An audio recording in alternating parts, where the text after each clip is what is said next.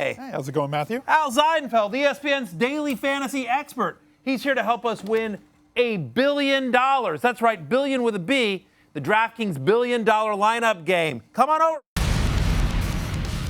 How to win $1 billion!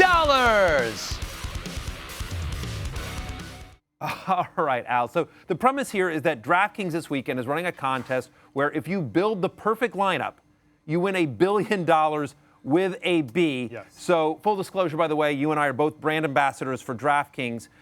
So you're here to help us build this perfect lineup. Let's start with some building blocks. Who are you building your lineup around? First guy that I want to start with is LeVeon Bell, 9,800. He's playing against the Cleveland Browns, returning a bad defense from last year. Obviously, Myles Garrett also out, so not much to expect here from them in terms of improvement. Give me as much LeVeon Bell as I can handle. Tons of carries, tons of catches, and all the involvement at the goal line.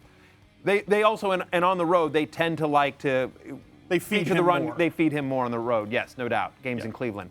And Zach Ertz at 3,500 is just way too cheap for all the usage he's going to get.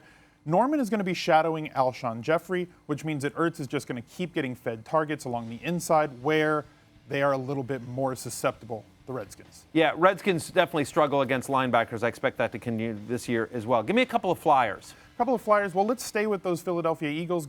Give me some Torrey Smith. Not a lot of people are on him. I still like that Norman's going to be on Alshon Jeffrey. And with all the crowd that's going to be on Zach Ertz, not a lot of people are looking at or talking about Torrey Smith. I like the fact that he's going to be really low owned with a chance at a long touchdown to pay off his salary.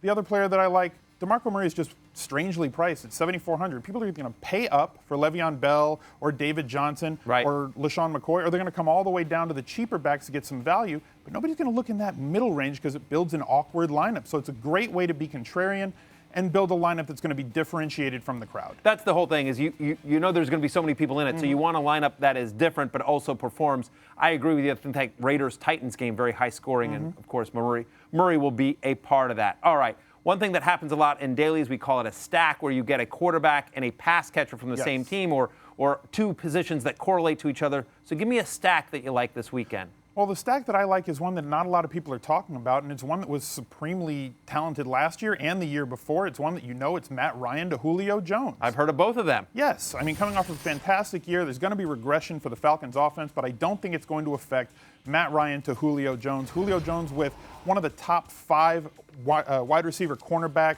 matchups this weekend. And it's just a way that I want to attack in a way that not a lot of my opponents are thinking about going into week 1.